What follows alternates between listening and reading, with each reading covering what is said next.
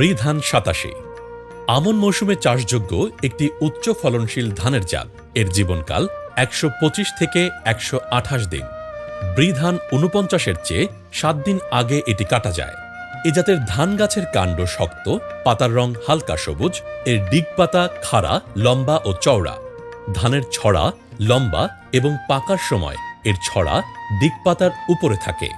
এর চাল লম্বা ও চিকন। এর ফলন বিঘা প্রতি ২১.৫২ মণ। উপযুক্ত পরিচর্যা পেলে এর ফলন ২৩.৩১ মণ হতে পারে।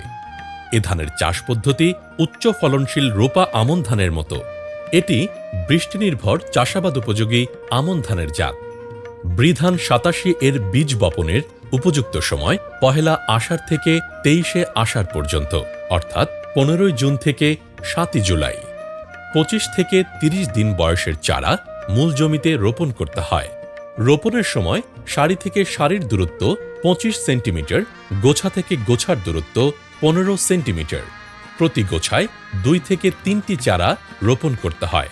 ২৩ আষাঢ় থেকে ৩১ শ্রাবণ, অর্থাৎ ৭ জুলাই থেকে ১৫ আগস্টের মধ্যে চারা রোপণের কাজ শেষ করতে হবে।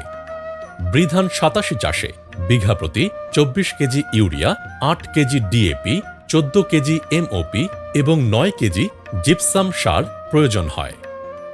জমি তৈরির শেষ পর্যায়ে, অর্থাৎ শেষ চাষের সময় সবটুকু ডিএপি, এমওপি এবং জিপসাম সার প্রয়োগ করতে হবে।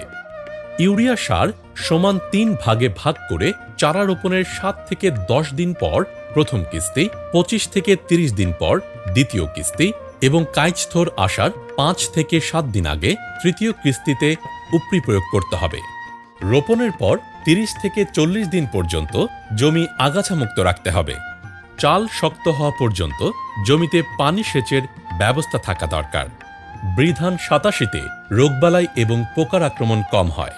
আক্রমণ যদি হয়েই যায়, সরকার অনুমোদিত বালাইনাশক প্রয়োগ করতে হবে। কার্তিক মাসের ১০ তারিখ থেকে অগ্রহায়ণ মাসের প্রথম দিনই এ ধান কাটা যায়। বৃধান ৮৭ চাষ করুন, অধিক ফলন ঘরে তুলুন।